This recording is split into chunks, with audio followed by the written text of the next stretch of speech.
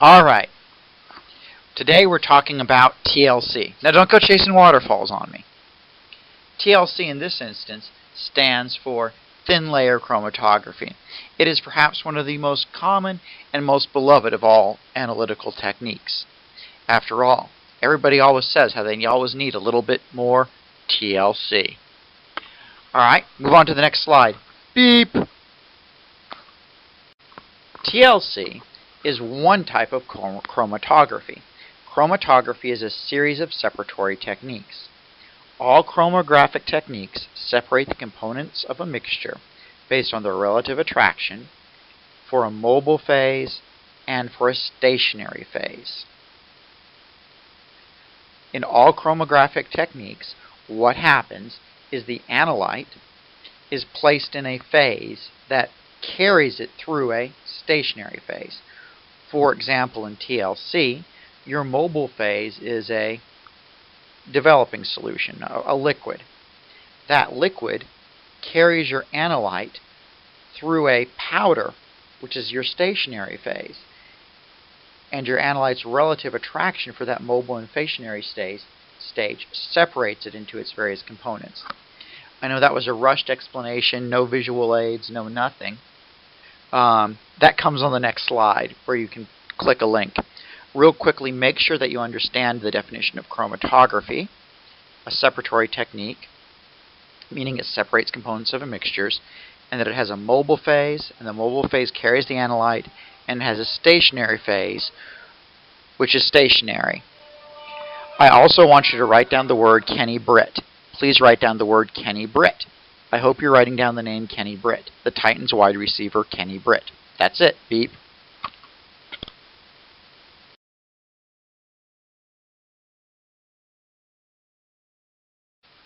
I hope you watched the video. If not, you're going to be totally lost in the lab.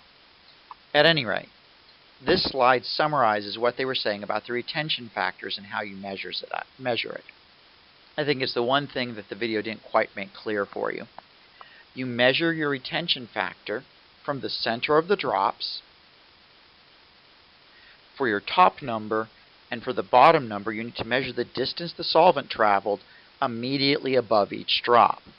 What that means is the distance your solvent traveled will be different for different drops. For example, the first drop, reading left to right, has a retention factor of D1 divided by D2. For the middle drop, the retention factor is D3 divided by D4. D2 and D4 are not necessarily the same. What you'll discover is most of the time when you do chromatography, as they mentioned in the video, that solvent line is going to be curved at the top. Another thing they may not have mentioned in the video is you need to be very, very careful to mark your solvent line as soon as you're through with your experiment. I like to take a pencil and draw across the top of that solvent line because sometimes that fades very rapidly depending on your solvent, and you may not be able to see how far that mobile phase traveled. Alright, that's it for this slide, except for the fact that I want you to write down the word McCourty. That's right, I want you to write down the name of the Titans defensive back, McCourty. Did you write down McCourty? I hope you wrote down McCourty. Alright, move on. Lab report musts. Your lab report must include notes that we are doing only part 1 of the lab. You can reference in the procedure section the textbook. Instead of writing the procedure for this lab, just simply say, we're doing the procedure, part 1 of the procedure found on page 70 and 71. However, you need to note the following changes. You're not using pyridine. It's unnecessary to use that strong a carcinogen for this lab. We've got a substitute. You are not using UV light, so you need to make a note of that in your procedure section. Additionally, you need to tape your TLC plate in your lab book. Now, I realize you're doing this as lab partners, or you will be doing this lab with a partner, so only one of you can have the TLC plate. So if you're the one without the TLC plate, make a note in your data section that it's in your lab partner's notebook.